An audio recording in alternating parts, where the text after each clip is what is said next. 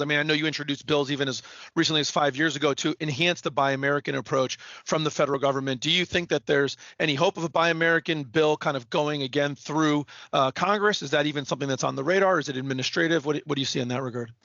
Well, so much of it can be done administratively. Right now, if you don't want to, if you're assembling a tank and you're buying parts, you do have a requirement to buy all those parts from the United States, but you can apply for waivers. And you have to show that you can't find the part in the United States, or you can't find a part that's sort of within 40% of what you could buy it overseas.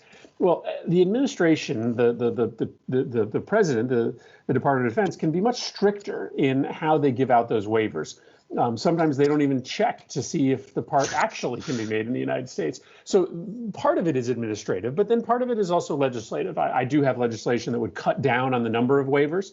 And so I think there's equal parts legislative responsibility and administrative responsibility.